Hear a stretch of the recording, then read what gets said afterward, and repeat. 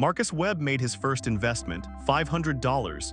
Then Julian Cross sent a message, and Marcus said yes to a meeting. Marcus showed Elena his portfolio, $500. Her reaction was simple: good start, keep going. Something had shifted in Marcus, small but real.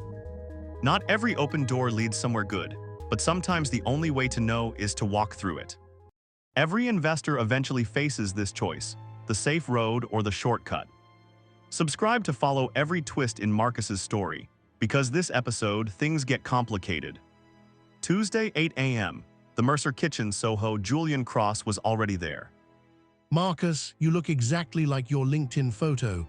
I respect that. You look like yours too. Sit down, I ordered you a coffee. Black, you seem like a black coffee person.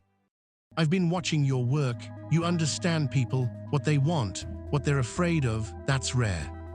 Index funds are fine. They'll make you comfortable in 30 years. But do you want comfortable, or do you want to change your life? Then Julian opened the folder. Pre-IPO, SaaS infrastructure for AI data centers. If it goes public in 18 months, the way I think it will, 400% return, minimum. My own money is in this. Significant money. Core lesson: every investment carries risk. Higher potential reward always means higher potential risk. Understanding your risk tolerance is not optional, it is survival. What's the risk? It's pre-IPO, it could fail. All startups can, but I've done this 12 times, 8 went public. The risk spectrum, from savings accounts all the way to pre-IPO startups. Julian was asking Marcus to go to the far right end. Marcus took the folder. He didn't say yes, not yet. He wants me to put money in a pre-IPO startup. Says 400% return. Marcus, you have $500 invested and $14,000 in debt. $10,000 is every dollar you have left for 18 months. You're building the penthouse before the foundation. Charm is not a financial instrument. Elena said that, and she was right. Marcus asked for documentation.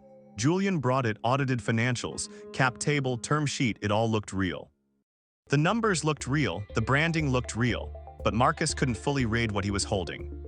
The people who wait for certainty, they wait forever. The people who move, they change their lives. I need a day. That night, Marcus sat with the folder and a photograph of his father on the wall. Hey Ma, can I ask you something about Dad? About the investment he lost everything on.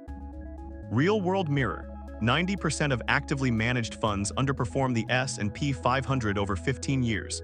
Complexity is often just risk in a suit. He wasn't panicking, he was reaching. And sometimes those two things look exactly the same. Friday, the round closes. Marcus typed 4 words back to Julian. Can we meet again? I have questions. Hey Ma, what really happened with Dad and the money?